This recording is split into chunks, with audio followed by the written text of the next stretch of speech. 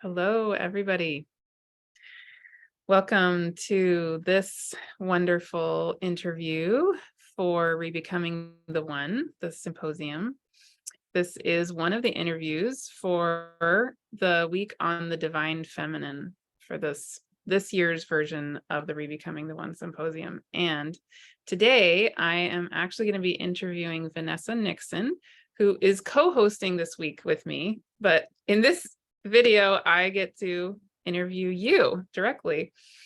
And last year, you were also a speaker at the original Rebecoming the One. And in your talk last year, we were focusing on menopause as a spiritual initiation. And at the very end of that interview, we somehow segued onto the topic of belly dance. And it was like we were ending the conversation about menopause, and then it was like we entered this whole golden room about belly dance, and then we had to stop. And this whole year I've wanted to continue that conversation and go more deeply into this topic. So yay, now we are. And so in this conversation, we're going to really dive into belly dance as a sacred practice, and we're going to talk about the divine feminine and how it's related to all of this and the importance and the medicine of it all. So many layers. And thank you, Vanessa, so much for being here. Well, thank you, Martha, for having me as your co-host and for this interview. I also have just been delighting at the thought of, being able to really take a deep dive into why I feel so strongly about belly dance and using it as a sacred practice, and how that is so very intricately woven into this subject of the divine feminine. So thank you. Thank you. So yeah, before we start, I'm going to read your bio so everyone has a sense of who you are and what you do. There are many facets to you. Okay, so as a traditional naturopath and author, Vanessa Nixon is passionate about helping women thrive during the spiritual initiation of their menopausal journey. She is adept at attunement to natural health, invigorating dance, and therapeutic movement, and teaching women to see their innate natural beauty. After reimagining her life at age 50, Vanessa discovered a profound and deeply intuitive process that helped her to embrace her fabulous inner wise woman fearlessly. She now shares these powerful and ancient initiations with women in the United States and beyond who want to reclaim vibrant, good health in their own sacred midlife transit. Vanessa Nixon lives in the Pacific Northwest and is CEO of the natural cosmetics company Natural Look Mineral Makeup. When she is not practicing in the realm of natural health and organic beauty, she is a professional belly dance instructor. Yes, and we've collaborated several times since last year, because from my end, you're just a person with so much integrity and wisdom and beauty on every level, and it's a total pleasure to collaborate and to promote what you're doing, because so much of what you're doing is just wonderful and touches me in my own life. And I've done an interview with you about your recent book, and on and on and on. So all of these things play into what we're about to talk about with belly dance. But where would you like to start? Thank you. There's so many places that we could start, but because we're in the Divine Feminine Week and we're talking about, how to really tap into the Divine Feminine, whatever gender you identify with, we all have that aspect of the feminine energy. And so I would love to start there with my understanding of the Divine Feminine and feminine energy, and how it really integrates with everything that we are, and it's such an important component of reintegrating the feminine and masculine, like having a really strong understanding of the value of the divine feminine is what's going to allow us to then integrate it with the masculine. So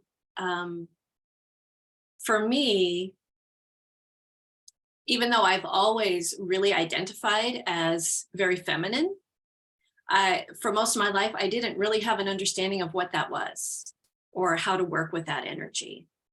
And through Bellydance, I've gotten a much deeper understanding of that. And so there's a through line there for me.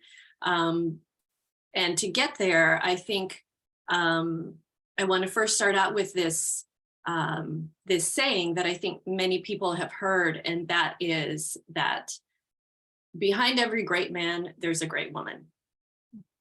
And whenever I hear that, I think of the Aretha Franklin song that she did with Annie Lennox back in the 80s or early 90s. And that was actually when I first started, beginning to focus on, well, what does this mean? And, the dichotomy between man and woman and feminine and masculine, and how, that has become such a big source of conflict and question for us. And I think that's one of the reasons you're doing this symposium, is for us to understand the integration of all of that, in a really loving, compassionate way, so that we can all bring all of our beings, out into the world. And so for me, when I hear that saying, behind every great man is a great woman, I don't think of it in terms of men and women. I think of it in terms of the masculine and feminine energy that we all have within us. We all have both of those energies within us. And, because our culture has been, dominated by patriarchy for so long, it's, and we have this toxic masculinity, and we have this undervaluing of the feminine that we're dealing with. It's been really difficult to understand how they work together, or they can work together so seamlessly. So I think of it as all of the great things that we're doing out in the world, the doing things, the productive things, that's part of our masculine expression. And our society really values those things. That's what we see. But behind that, in order for those things to happen, we have to really deepen and feel into who we're being instead of what we're doing. And that is the feminine. That's the feminine energy, is who we are being. We're human beings, we're not human doings, right? So that's the basis for then going out and doing things in the world, is who we're being, how we're being. And we're so focused on what we do in the world. When we meet somebody new, we'll ask their names. And then the second thing we ask is, what do you do? Mm-hmm. And that's how we get to know people, is by what they do. And I think by flipping the script and, really leaning into, how we're being in the world, who we're being in the world, which, in our culture is kind of, it's not valued. It's, if you're not doing something, that means you're doing nothing. If you're not doing something, it means you're lazy. We have these conditionings that we have to really untangle. But really behind, I really believe that the things that we do in the world are so important, and that masculine energy is so important in the world. And what makes it really have the impact that we want is by first really building the strong foundation of just being. And so how do we do that? When our culture doesn't value it, when we haven't been taught, when we've been conditioned to think otherwise, how do we lean into being when it seems so passive to us? And passivity is something that we're taught is not a good thing. Being active is the good part, and being passive is kind of taught to us as being weak. And so again, flipping that script and saying actually being passive is how we build strength. That's where the strength comes from to then do all of the active things. Being passive, being, allowing, receiving, nurturing, all of these things, creating, creativity is a very feminine quality. Our creative life force is the beginning of everything that then comes out into the world, all of our expressions. So that's really the strength behind everything that we then express out into the world. So how do we do that? How do we really tap into strengthening that feminine energy? For me, it's through embodiment. It's through really tapping into our own bodies so that we can hear the messages from our inner wisdom. Our inner wisdom can then come through this embodiment. And I know embodiment is a term that is, thrown around everywhere these days. And sometimes it's hard to understand exactly what that is. But for me, what it means is really integrating whatever it is, energy, healing, knowledge, new experiences, integrating it through the body, because this is how we are being in the world. How we humans are being in the world is through our bodies, through the physical expression of our bodies. That's how we come through. And so really tapping into that and having a strong connection with your body is what allows the intuition to come through. It allows that connection with our divine creative life force. And from there, then we can build out all the things that we want to do in the world and make the kind of impact that we want to make. Is that making sense? Is that Completely making sense? Yes. And like I mentioned before we started recording, one of the big messages that I've been getting told in my praying lately, on a personal level, but then really on a meta level too, is this message of the reality that one of our body systems, in addition to a cardiovascular system, a respiratory system, even the meridian system, we have all of these systems of our bodies. But what I keep getting shown over and over and over again is that one of the systems of our bodies is the creative life force energy system. Or another way to put it is our sexual life force energy system. And again, like I was saying before we started recording, that doesn't mean necessarily having sex. It's this energy that I think is what you're talking about with the strengthening the feminine life force energy. I think is the same idea.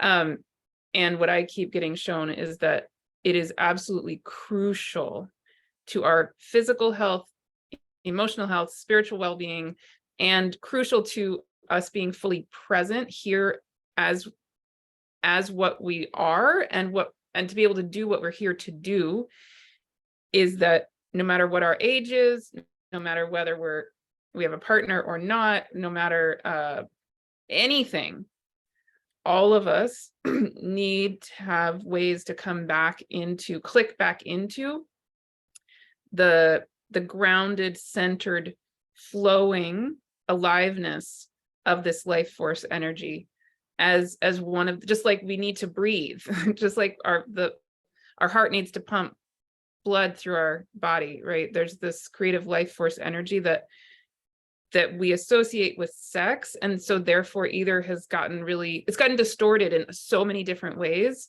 And it gets like put over here, you can only feel that if you Mhm. think you're sexually attractive, you have a partner who thinks you are, you're a certain age, you're whatever. But they've been showing me, like, at age 95, this needs to still be online, centered, grounded, and real. It doesn't necessarily mean you're having lots of sex. It has nothing to do with that, really. I mean, it's related, but that's not the point. It's one of the body's systems, and it needs to be strong, healthy, fully present, fully flowing. Absolutely. And Yeah. I'm glad you brought that up for two reasons. Number one, as a traditional naturopath, my training and my experience is all about the whole of the human being. It's a very holistic view of health, meaning that as human beings, we're not compartmentalized into all of these systems. All of those systems create the whole. They're all connected. And if one part is disconnected, it's going to affect everything else. And as you said, we have been conditioned to think of, the sexual part of our bodies or the reproductive system as something we only use when we're reproducing or when we're having sex. And it's just this little compartment. And when we're not focused on those things, it has nothing to do with who we are.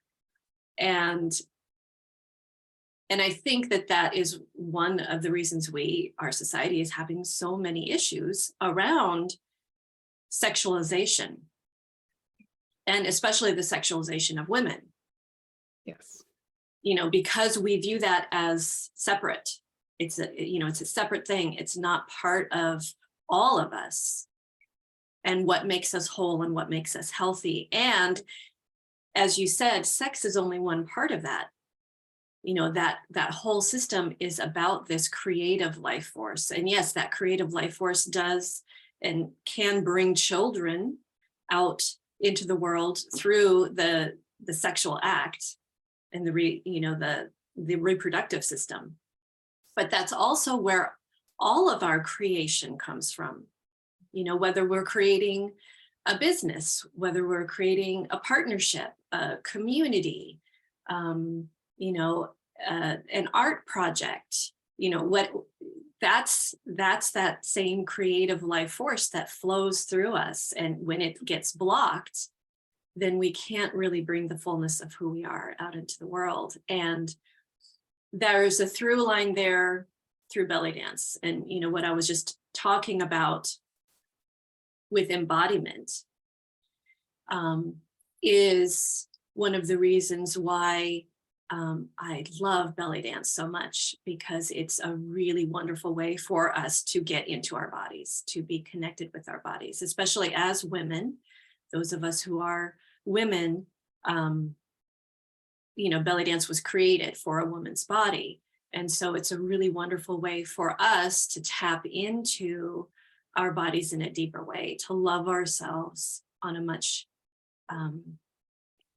deeper and stronger level, and to listen to what's coming through and allow that creative life force to flow. And because of that, it has been very sexualized in our society. And so I just want to speak to that piece before we get into a little bit more about Bellydance as a sacred practice. And that is because Bellydance in our society has been greatly sexualized. So to understand that, I'd love to talk a little bit about the history. I'm not going to go really deeply into that, but just so that we all have an understanding of what Bellydance is and why it's been sexualized. Bellydance is a traditional cultural dance from the Middle East. And the moves that make up this form of movement, of dance, were all specifically created to help a woman's body go through the transitions that her body needs to go through throughout life. Because being in a woman's body is very different from being in a male body, just in that we're very cyclical and our bodies change greatly throughout our lives. We go through various phases where, our whole hormonal system changes. And so our bodies need to support us. The actual structure of our bodies need to support us through first menarche, through pregnancy and birth and postpartum, and then through perimenopause and menopause and postmenopause. All of those are very real changes that take place within our bodies. And so Bellydance, the moves were created to help our bodies support us, to be able to navigate those changes with more ease and more joy and more strength and more health. And there's a lot of focus on the pelvic area, strengthening the pelvic floor and creating lots of flexibility and strength in that area, as well as the chest area and opening the chest and really strengthening and bringing lots of flexibility to the heart space, which again is very related to the feminine, and opening the heart and nurturing. And so we need strength in this part of our bodies, and we need strength in, the pelvic areas of our bodies. And those are two areas that are really focused on in the movements of Bellydance. So traditionally, culturally, Bellydance was something that was practiced only by women. The men of that culture had their own dances that focused on their own strengths and supporting them. And this particular dance that we know now as Bellydance was only practiced by women. It was only performed for women. And the dance itself, the actual performance of a piece of choreography, tells the story of womanhood and the various phases of her life. So it's all about the celebration of womanhood and of the divine feminine. Really gonna make me cry. So beautiful. And that's why I find it so powerful, because it's the celebration of us and our bodies and who we are, and of that very powerful energy of the feminine. And it's also because of the fact that, it traditionally, the women would get together and, they would have their time where only the women got together, and women of all ages and shapes and sizes and abilities would do these movements together in community. They would teach the younger women these movements, and they would practice together, and they would do these dances in a very sacred space. These were rituals that were done in a sacred way for each other, for the community, for the health of that community. And then they would go out and do what they needed to do with the men and with the divine masculine. Then they would come together, but it was that really honoring of the divine feminine and making that foundation really strong, like we were talking about a few minutes ago, that then would allow them to go out and do the things in the world that they needed to do, that they wanted to do. So that's kind of the background of what Bellydance is. And a lot of forms of dance or embodiment in our culture here have become very competitive, especially dance.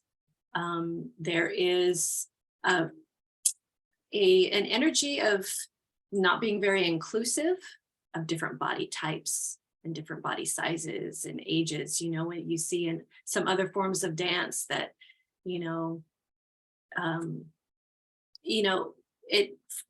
firstly, doesn't really support the body. You see a lot of injured dancers.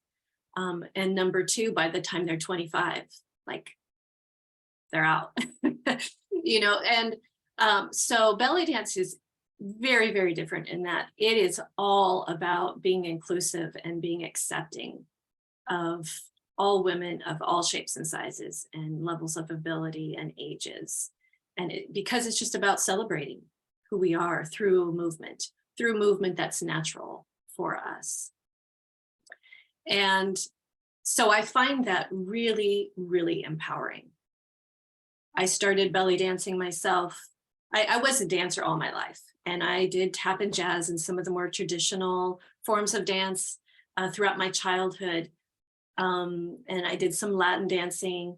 And then I was about 20 when I started belly dancing. And I had always wanted to belly dance. Like there was something in me that was drawn to it, even as a 10 or 11-year-old.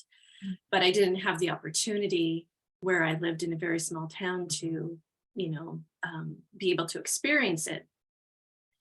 And when I was 20, I started belly dancing. And I remember probably the first 6 months that I was going to classes, I was very shy and I was very modest. And even though I liked my body, I had no problem, with my physical body, I didn't want other people seeing my body for whatever reasons. I was just extremely shy and modest. And for the first 6 months, I would wear probably 3 layers of clothing to belly dance classes. I would wear like a unitard underneath everything. And then I'd have leggings on top of that, and maybe like a little sports bra on top of it. And then a big bulky t-shirt on top of everything. Yeah. And it was maybe 6 or 8 months into belly dance classes when a classmate of mine who had been dancing with me throughout this whole period suddenly turned to me and said, "Vanessa, do you remember what you used to wear to class when you first started dancing?" And I thought back and thought about all these layers. And then I looked at myself in the mirror, and I was wearing just like a little jog bra top and bike shorts and nothing else. And I hadn't even realized that through this process of learning belly dance, I'd become so much more in touch with my body that all of that shyness around other people seeing me or around how I looked when I was dancing, that just all dissolved without me even knowing it. And I was confidently just showing up as who I was, and, just really focused on being, being who I was through this form of embodiment.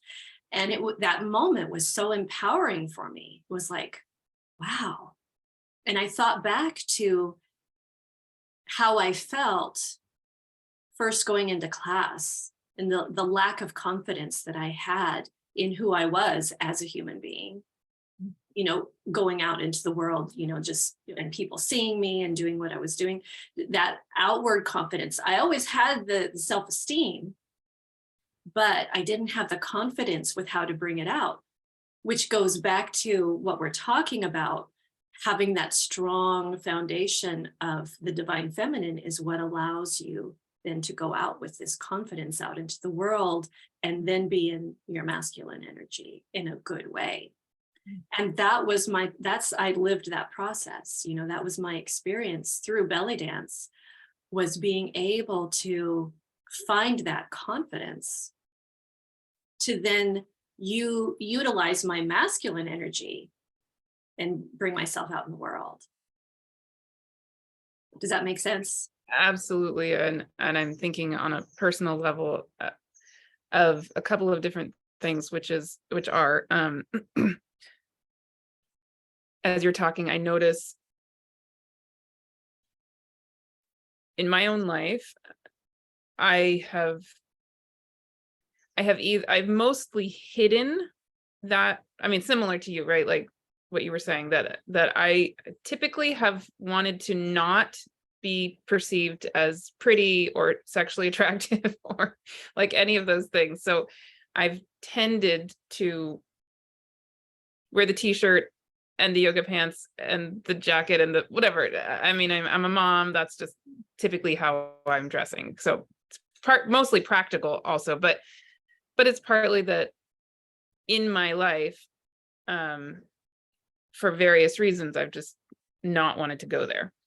And that's sad. But, it's not that I wish I had grown up feeling like I want to go around looking sexual all the time. That's not the point. But to feel that confidence and a sense of safety, to be able to just be the flowing version of whoever I happen to be, whatever that is.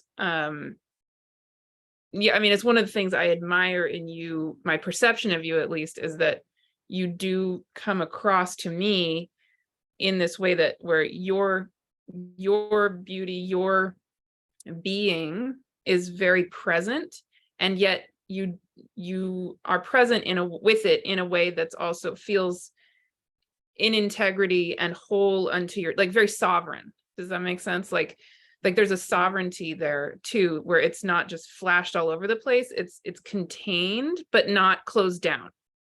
Right. And it's that I feel like that's part of what you're describing in all of this. And there's something so key to the idea of having a community of women who would witness that in each other, mirror that in each other, acknowledge it, and yet have the boundaries be safe and nurturing and clear. Like, yeah, I mean, I have so many thoughts about all of that, but that's just part of what I'm feeling as you're talking. Yeah. And the safety thing is really important, because I think, those of us who have grown up as women, in our culture, have not always felt safe tapping into our bodies and being confident in, as you said, just, being who we are, showing the world who we are. And so I see this in Bellydance. I see women coming in to classes and having very similar experiences to what I had, not wanting to look at themselves in the mirror, wearing big baggy clothes, and then after a couple of months really starting to get in tune with their bodies. And not only are their bodies moving much more smoothly and in flow, but they really want to look at themselves. And as they're doing the movements, you can see they're smiling, they're looking at their bodies in a new way, and they come to a deeper love of themselves. Oh my God. But I want to backtrack just a little bit, because what you were saying reminded me of this sexualization that we've had of belly dance. And I just want to speak to that and where that came from, because I talked about how, culturally, it was just this really beautiful community way of women to support each other and support themselves. My understanding was it came over to the US in a big way during the early 1900s. And I think it was like a World Trade Festival. Those have been going on since the early 1900s. And, one of the first ones, there was a belly dancer that garnered a lot of attention, because we were just coming out of like the Victorian period here, where, women were made to wear, from their chins down to their feet. You didn't see anything of their actual body, lots of layers, lots of corsets, and this very covered up, repressed sexuality. And then there were belly dancers, and you actually saw bare midriffs, you saw bellies. And it was very controversial. And so the only thing that we had to, the only lens we had to perceive that through was sexuality, because we didn't have this understanding of the creative life force energy and what the divine feminine really is. And so we were looking at it as, through this lens of sexuality. And belly dance was not called belly dance in the Middle East. There's several names that it has been known for, but the reason that we call it belly dance here is because one of the musical rhythms that women dance to, the rhythm is called Bellady. Oh, That's one of the most popular rhythms that belly dance is performed to, is Bellady. And so here in America, we heard Bellady and we saw bare bellies and it just, blended into belly dance. oh, wow. That is very interesting. It's very interesting because in belly dance, there are only two major movements that actually are focused on the belly. Everything else is focused on the hips and the chest and the arms. And it's a very grounded movement. And so the belly plays a very minor part in belly dance. But we sexualized it because we were seeing, women's bodies in ways that we hadn't seen. And that was also a way to keep oppressing women, is by saying, oh, seeing your body, any part of your body in public, and using your body in these flowing ways, in these sensual ways, not necessarily sexual, but sensual ways where you are getting more in touch with your own body, that's sexual, and that's bad in our society, unless until when it's good, but so that was kind of the sexualization of belly dance. And then it started to become known, or it started to become grouped in with exotic dancing and with stripping and that whole sexualization of sex workers. And that's not really what belly dance, that's not where it came from. But that's kind of how it got lumped in once it came over to the US. So when I talk about being a belly dance instructor, I get a lot of different reactions, especially when I'm talking to women, or women are, considering working with me. At first, most of them are very hesitant to even think about moving their bodies in that way or talking about belly dance until they know the history. And when I talk about, the cultural community aspect of empowering women through getting in touch more deeply with their bodies, then all of a sudden, the light bulb goes off and it's like, wow, I've never heard that. I didn't know that about belly dance. Yeah. And that to me is the most important part of belly dance. The movements are wonderful. And yes, that forms the embodiment part, but understanding why we're doing it, I think, is even more important than doing it. Yes. There's another, is it okay if I? Yes, absolutely. Okay. I don't want to interrupt you. There's another theme that keeps coming up for me as you're talking, and I'm curious to hear your take on it.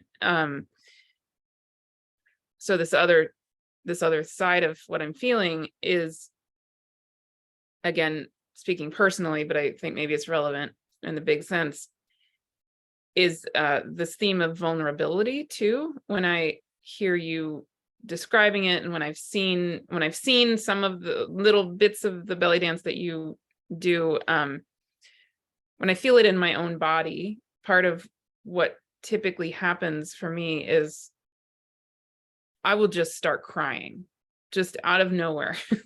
and I'm thinking about the fact that in my own life, I tend to be, I wouldn't say masculine, that's not the right word, but I tend to be very action oriented, right? I'm leading a lot of things all of the time. I'm very on. I'm a single mom with 2 kids, and I'm driving from this thing to this thing, and then doing the dishes, and then cooking the meal, and then running over to my laptop and, sending 10,000 emails, and then organizing this meeting, and holding a healing circle. And then I'm always the one on, like I'm always, not always, 99% of my time is me being in a leadership position.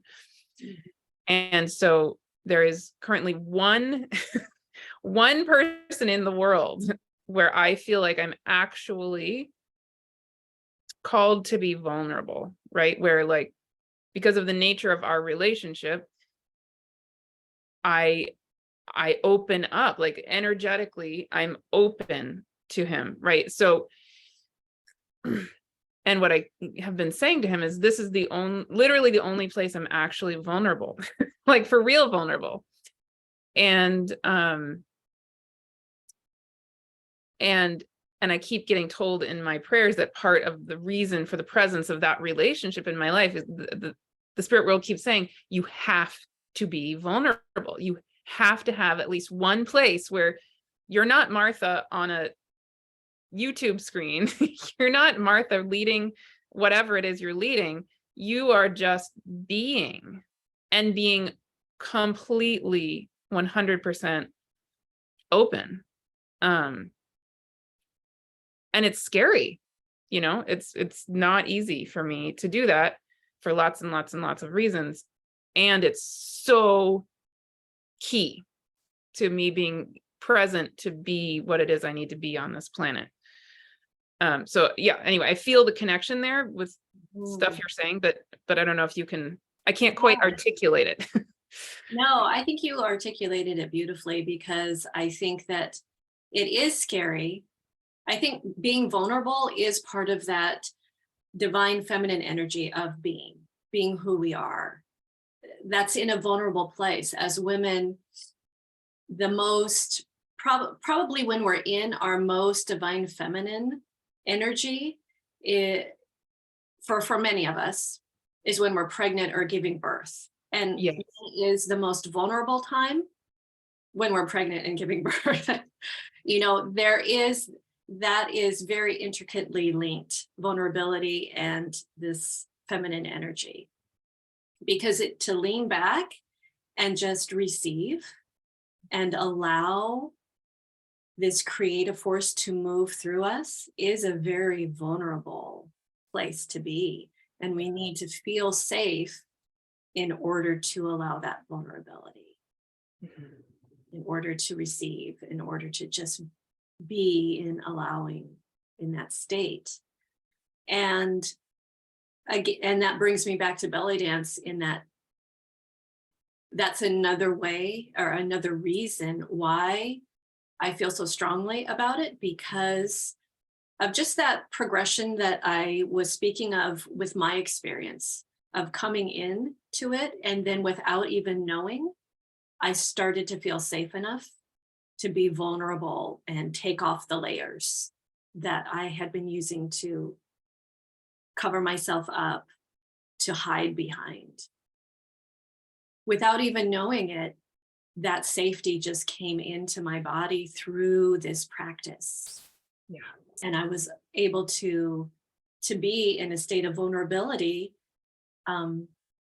feeling completely safe in doing so. Yeah. And I'm thinking about the role that vulnerability plays in our world, in our lives. I mean, again, the spirit world saying to me, you have to have places you are truly vulnerable, like for at least one place, at least one situation where that's the case. You cannot go around not being vulnerable ever. That's not okay. And there's, I think, many, many reasons for that.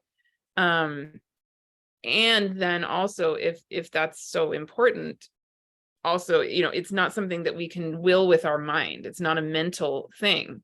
So again, the role of our bodies being embodied, I think, through our bodies is really, truly, for me, again, speaking for myself, yeah, when I have done the little bits, the little moments of your embodiment practices, pretty much within 2 seconds, I just need to start breaking down crying like that. I need to like have an hour in my bed just crying. That's actually what opens up in me pretty much instantaneously.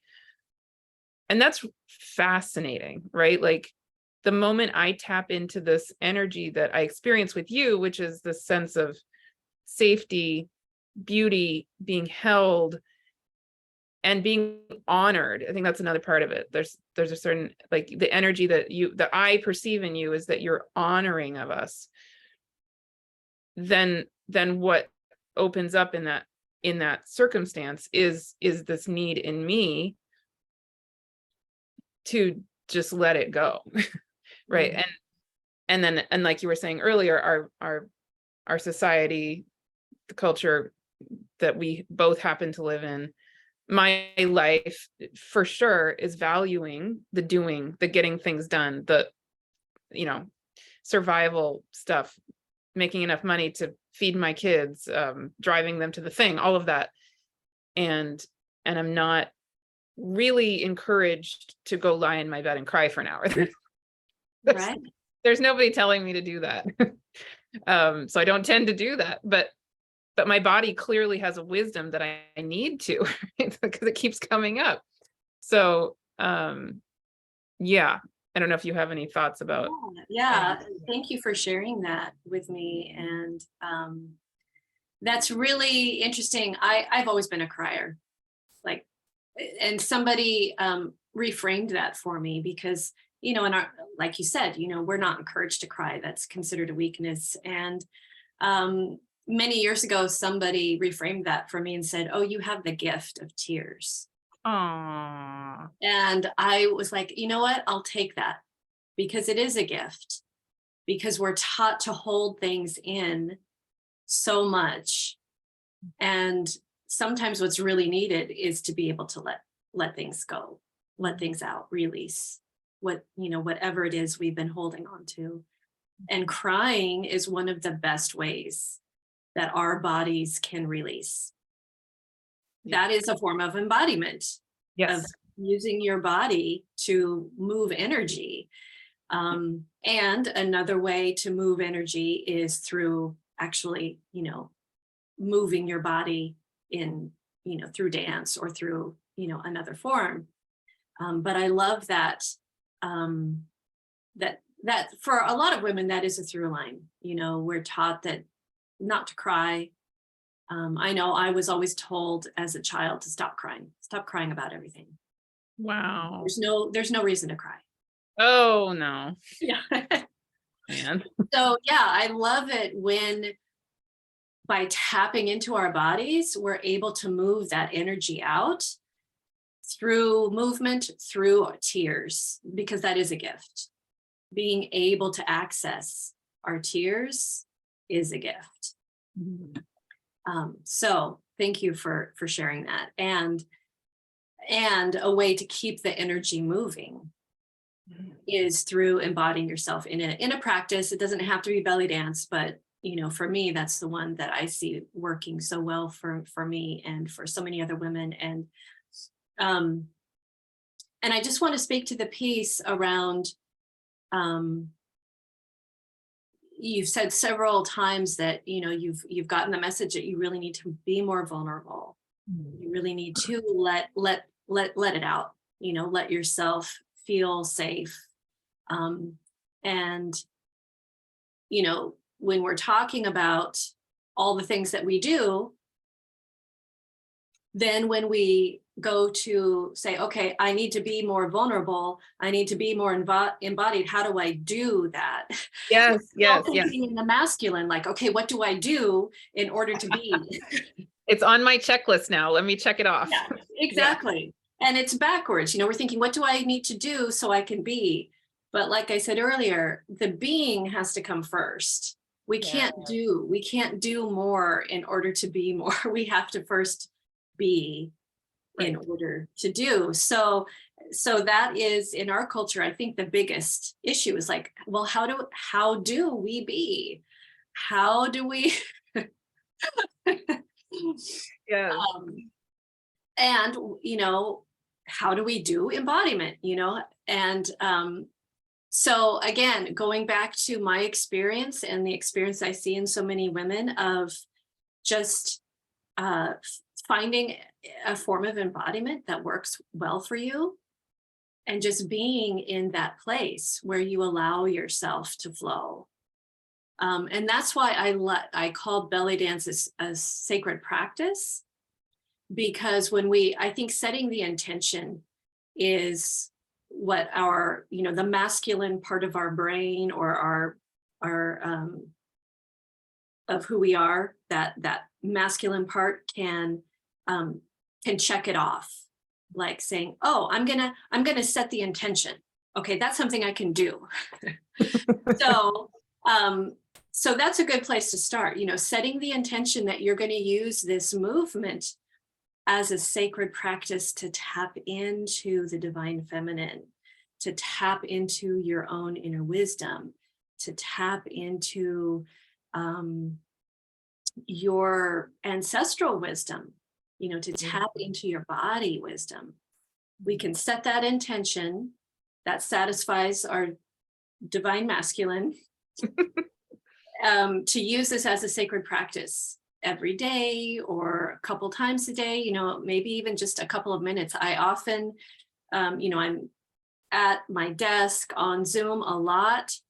And so my intention that I set is, after a certain amount of time, I get up and I put some music on, and I use the movements of belly dance for just maybe 2 minutes. Yeah.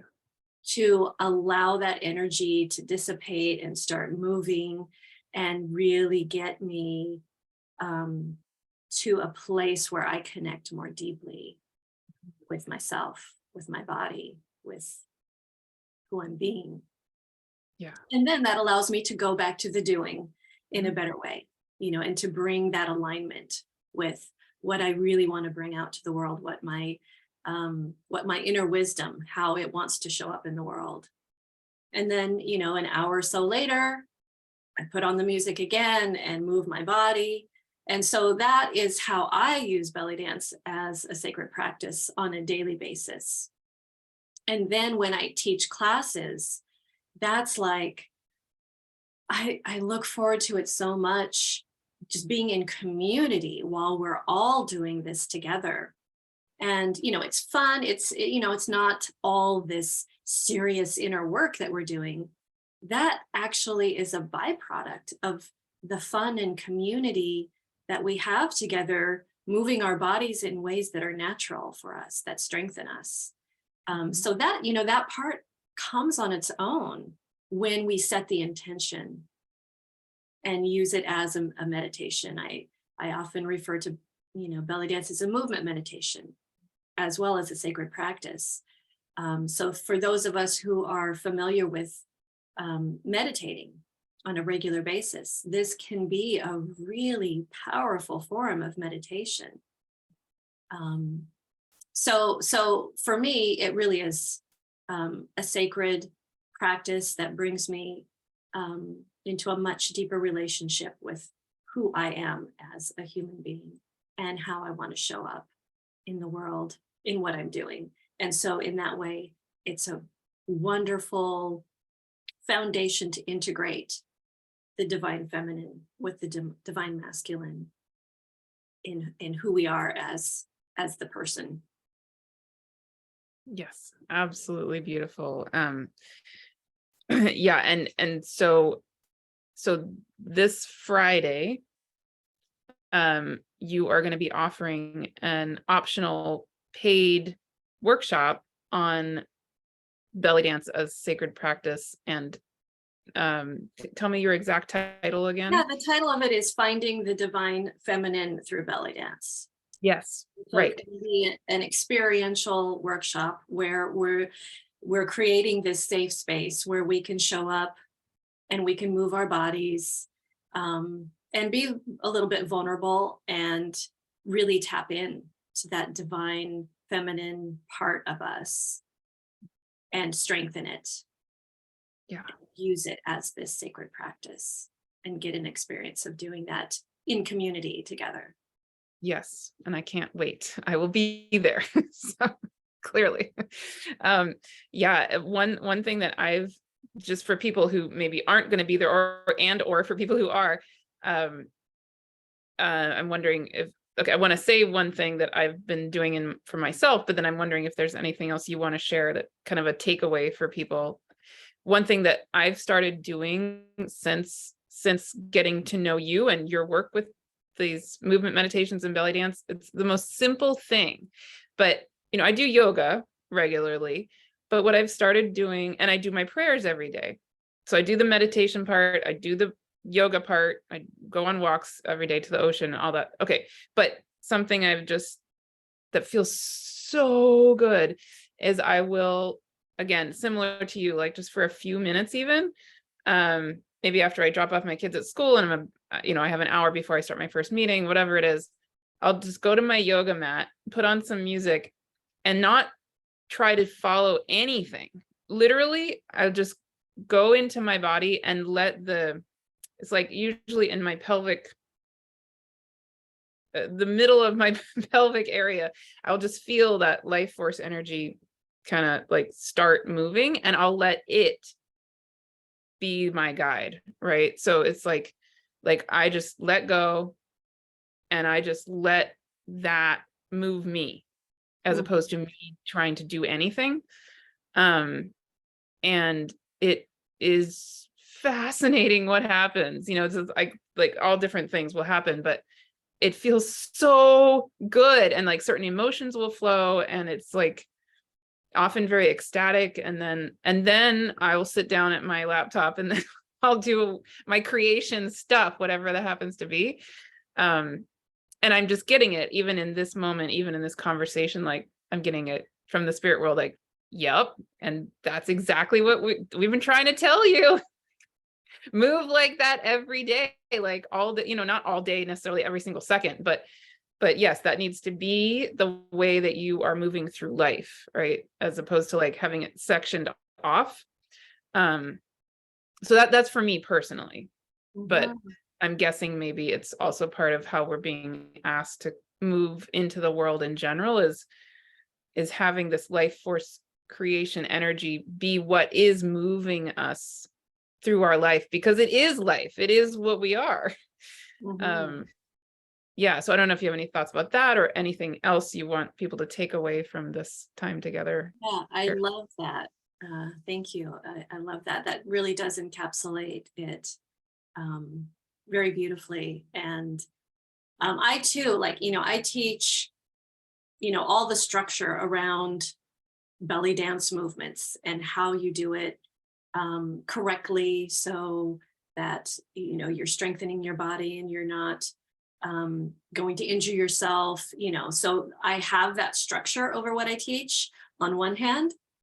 And then I also love just being able, like you said, to put on music and listen to your body and how it wants to move Mhm. instead of imposing movements on your body, allowing your body to just flow. Oh my Um, God.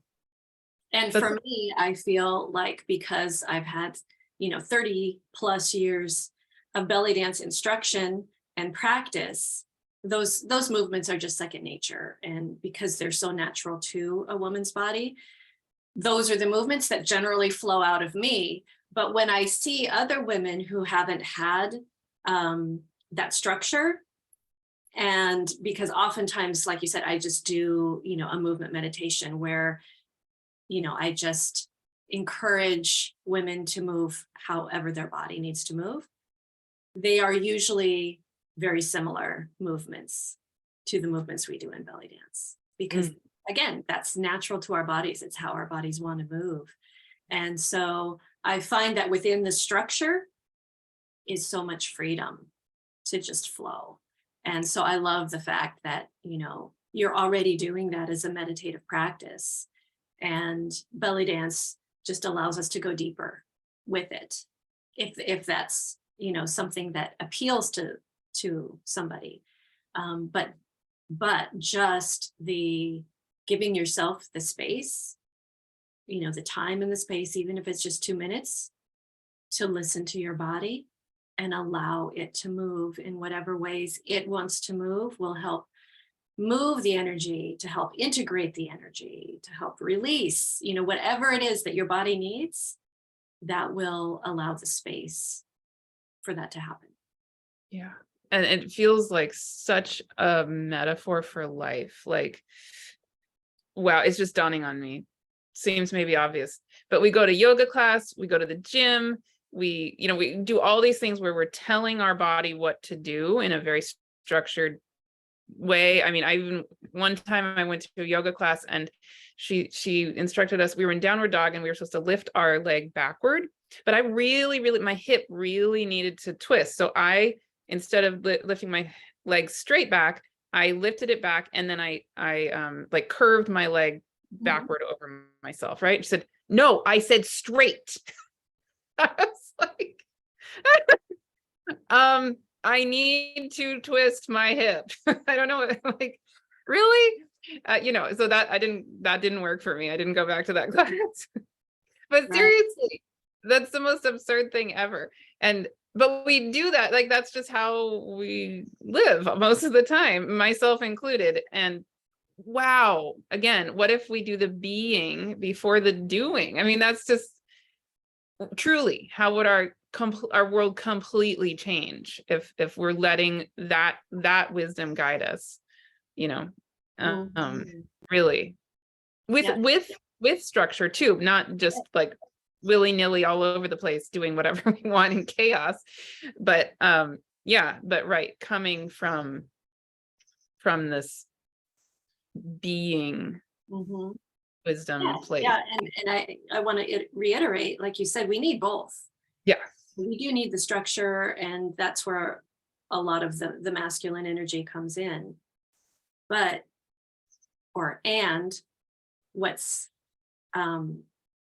what's important for creating that structure is the being.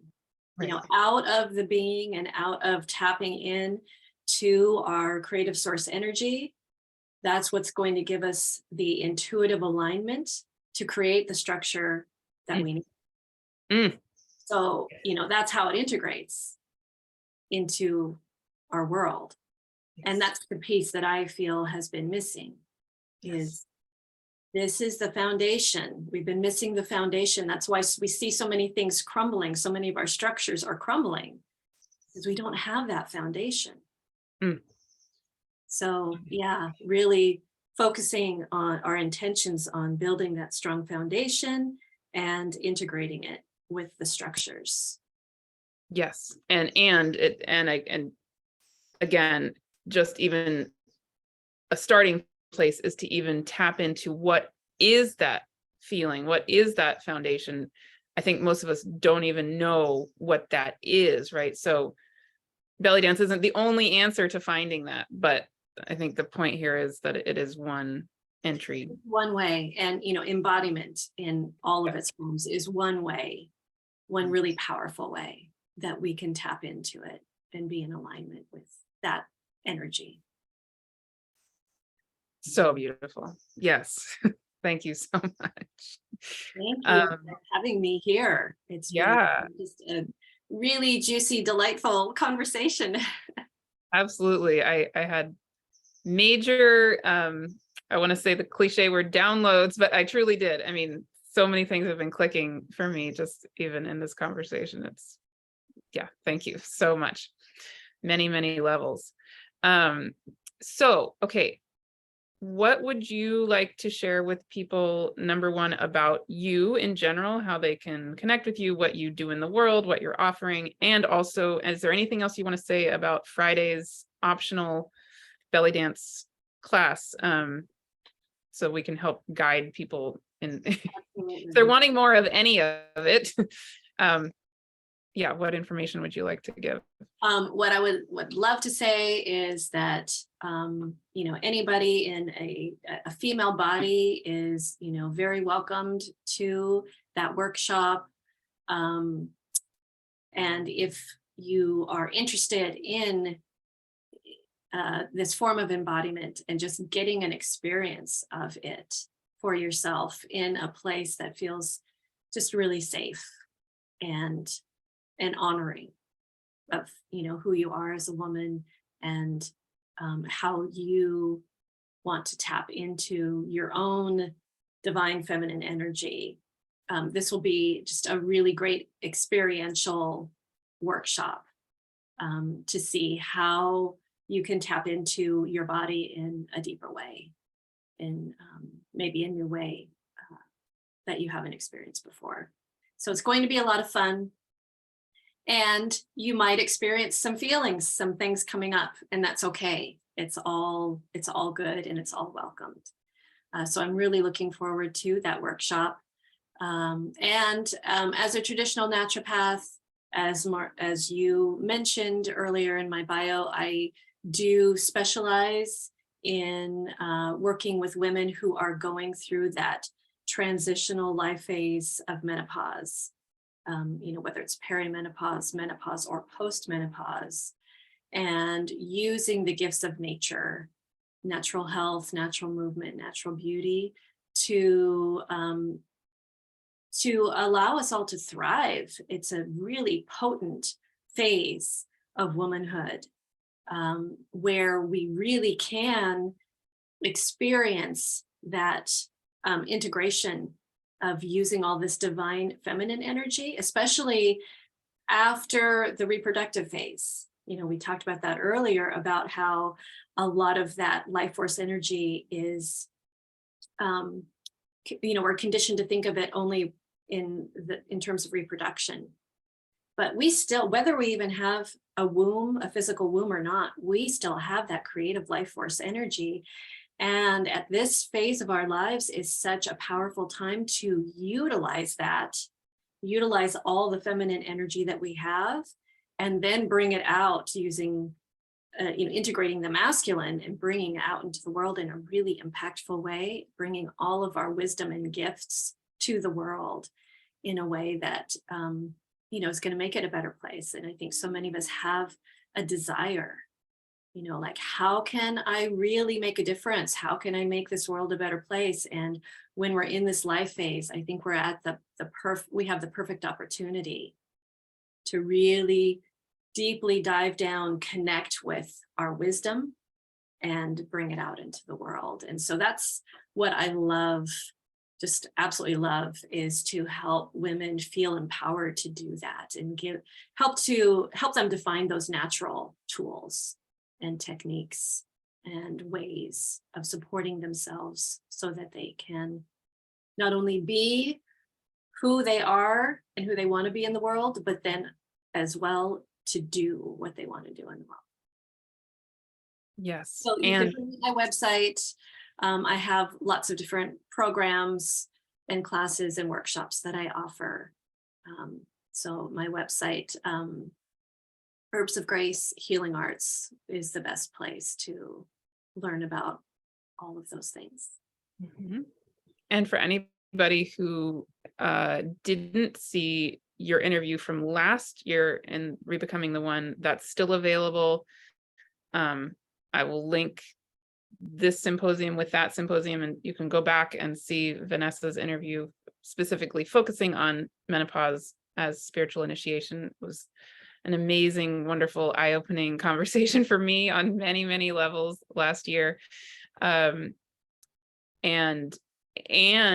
also this Thursday, Vanessa and I will be co-hosting a free panel discussion for this Divine Feminine Week. So that's another place to connect more with Vanessa. And then there's the optional workshop on Friday too. And all of these things are going to be recorded and available indefinitely. So if you happen to be watching this video after the symposium or after the Divine Feminine Week, you can still go back and see the panel discussion. You can still go back and register for the workshop that's going to be held on Friday. And of course, you can always connect with Vanessa through all of these things that you're mentioning. Is there anything else you want to say? Yeah, I always forget to mention my book that I published. Oh, yes. And I specifically want to mention it because you so generously interviewed me about my book. And, that's another recording that is available on both of our YouTube channels. So Metamorphosis is the name of my book, and you can, find it on Amazon, but it speaks about all of the things that I just said about the menopausal life phase. And it also goes into some of the things that we've been talking about around embodiment and belly dance in particular, specifically as a way to integrate all of who you are as you go through the life phase of menopause. Yes. And I absolutely love that book. And anyway, there's so many ways in which your work has influenced my life this past year and changed it's like your work just sort of, it feels like it brings an infusion of a particular kind of beauty and life into my life. I don't know how to describe it, but none of it is necessarily that different from what I've been into before in my whole 45 years before I met you. But there's just a way that like you bring a different paint color or paint colors. I don't know how, it's really hard to put it into words, but it's absolutely enhanced my life in really, really wonderful ways. And I'm very grateful. So yes, I highly recommend that book. Yeah. And it became a bestseller. Yay. Yay, yes, it did. And I'm sure that our interview played some part in that. And so thank you. And thank you for saying, for sharing how I have influenced your life, because I feel the exact same way about you. Like since we met over a year ago, a little over a year ago, maybe 2 years ago now, I don't know how many times I have said, oh, I just had a conversation with Martha, and oh my goodness, I could not believe like the synchronicities or the understandings that came into, just my life from, that single conversation. And so, yes, like you're just this spark that has ignited new understandings and aha moments and just new ways to integrate things into my life. So I really, truly appreciate you. Thank you. Well, I think that our connection is a perfect example of how the feminine can flow together in really powerful, needed ways. And yay. Awesome. Okay. Anything else? I think I feel pretty complete. Me too. Wonderful. So yes, to everybody, thank you so much for listening. See you on Thursday for the free panel discussion. See you for the remainder of this week's talks. And if you're called to be at the workshop on Friday, we would love to see you there as well. And then see you in the coming 3 weeks of this symposium. So much more to come. This is just the beginning. So see you all soon.